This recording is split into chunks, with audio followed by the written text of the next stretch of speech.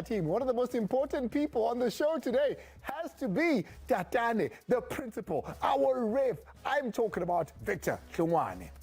Riperlema ubuzile isiphandla so niki answer you write to IFAB, International Football Association Board, they will answer you. Right, ASNK, is this a penalty or not? Yeah. Ungawari, if I ikhona la, we'll give you the answer. Tsama la ka soccer zone, niyabuya ke ne answer, the correct one. Nithi isilo sakho saseka or not? Kubuza ke kuwena sixoxisane sibe nengxoxo ke imidlalo sidlalile u5 njengamanje wonke amaqembu adlala imidlalo u5 ngiyabuza ngendlela obona ngayo ngoba ke uyakwazi ukulifunda ibhola imidlalo seyi5 sesingakhuluma manje. Do you think the league race will be closer than what we've seen in the last couple of years? And could we possibly, ngokubona kwakho, crown a new king this season? Please hit us up on all our social media pages. Let's have this conversation. We'll be scrolling all of your thoughts. Mazola has got some hot off the plate news.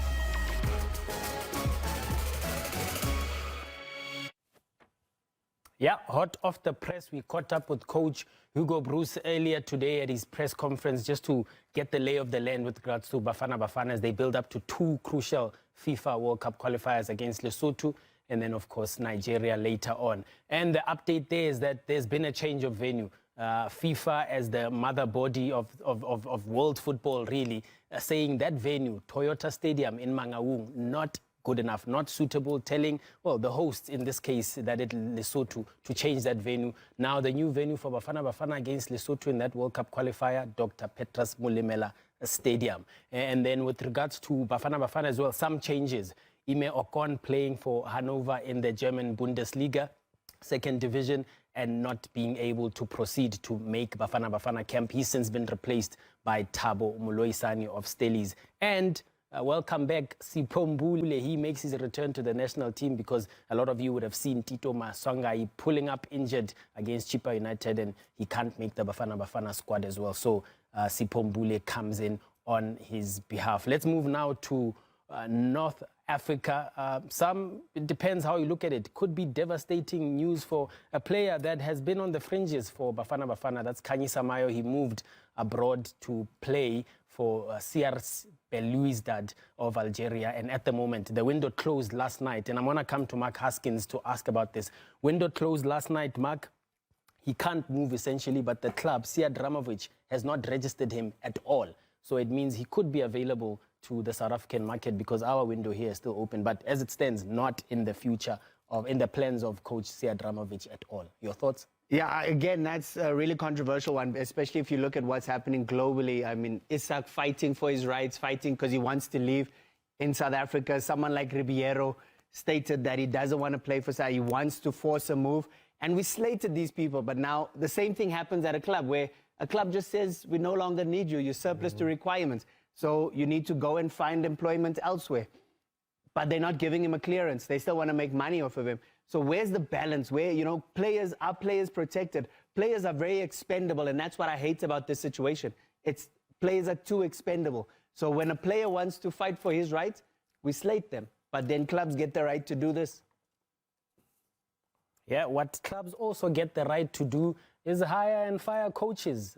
Jose Ribeiro has been sacked by Al Ahly, and I'm told, and I'll get you the name now, they are set to appoint Ahmad Al-Nahas, last interim coach of Al Ahly when they got rid of Marcel Koller, and a coach who was an assistant coach to Jose Ribeiro. I want to find out from Dr. Kumalo.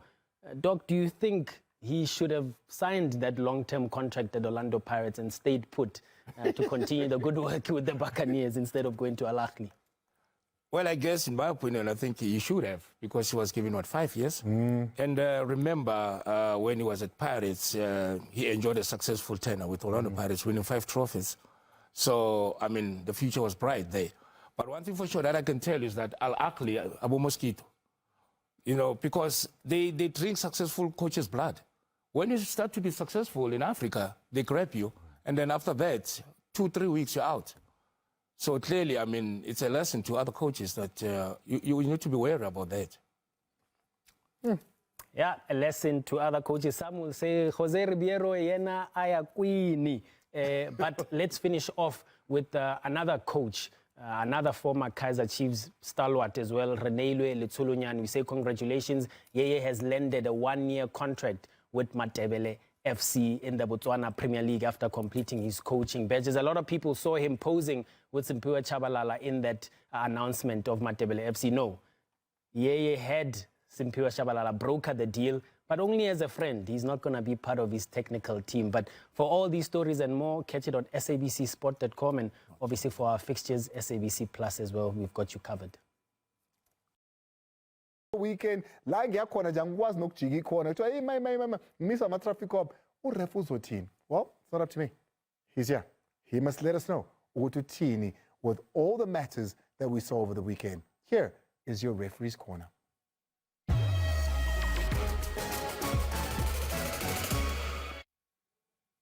Welcome to the referee's corner, Ma'a. We're starting with Sikukune and Amazul. There was a red card given to Hanamub. Was the red card correctly given or not? Let's go and have a look. He's clapping, he's asking for the ball. Look at the time there. The time is almost 90 plus. So he pushes a ball boy. Is that allowed in football? No, it's striking an opponent. But when not challenging for the ball, it's what we call violent conduct. So now violent conduct is when a player uses excessive force. Was there excessive force? No, because the law provides that if a player strikes an opponent and when he strikes an opponent, the force used was negligible, then the referee must downgrade to a yellow. So who is guilty there? The player is guilty, but the referee should have downgraded to a yellow because the force used was negligible. But the ball boy as well, or the ball crew, deserve something in terms of a yellow. Right, let's go to the next one. We're going to Mahopa, Pirates and Chipa, where the stadium was almost full. Here, Mahopa was given a penalty. Was this penalty correctly given or not? Let's talk about tripping an opponent. Did it happen inside or outside the penalty area? Because for a penalty to be given, it must be inside. But this one is outside the penalty area. So incorrect decision by the referee to give a penalty because the incident happened where? Outside the penalty area. So Ashisa Sekangalus. Let's go to the next one. The next one, we're going to educate you on what we call football understanding. Do you really understand football? Let's test your knowledge. Football understanding teaches us what do football expect from a certain situation. Right, in this situation, what do football expect? Now, if you check them, some say a pass. A pass, dog. But this one, I call it a push. So he pushes the ball to Cupido to play. So now, some say, no, he passed the ball, he played the ball. To us who understand football, when you start with a goal kick, you normally don't start like this. And when you pass, you also look at the person that you are passing. So this one, he pushes and looks that way. So this can't be an offense. Look at the pass. This is how a pass is described. This is football understanding. That's a pass. Not this one that was done by Rowan Yaboshek Skumban, where you look that way, you pass that way. You confuse everyone. So this one, there's no confusion. So this was correct decision by the ref. Even the Chiefs players never protested because they know how Sundowns play. That is what showing tactical awareness. And this level, the referees who are given such games, they must show tactical awareness. This is a top game, top referee must show tactical awareness. Not the small one who will come and give a penalty. No, nothing wrong here. Right, let's go to the next one here. We see Shalulile getting a penalty. Now, let's go to law. Let's go to law when something happened inside or outside in terms of a holding.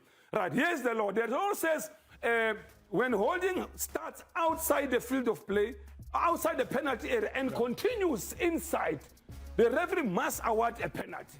Right, here, let's go and have a look. If it starts outside and continued inside, the referee must award a penalty. You see Michael Musimong awarding a penalty, but in a pan that it's inside, there's Benekant. Right, look at it there. It's on the line or almost inside with holding that started outside, continued inside. So the referee was correct. Look at it there. Inside the penalty area.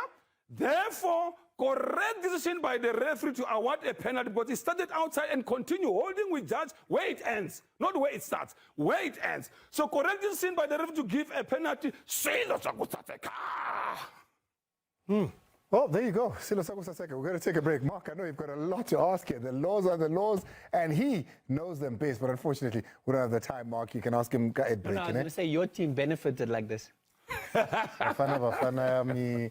Goals on the field and impact of it. Every strike in regulation time during the 2025 MTN 8 powers goals for charity. So with 21 goals scored so far, this means that 420,000 rands has been raised. 420,000 rands has been raised to change lives. MTN, it's turning football magic into community change.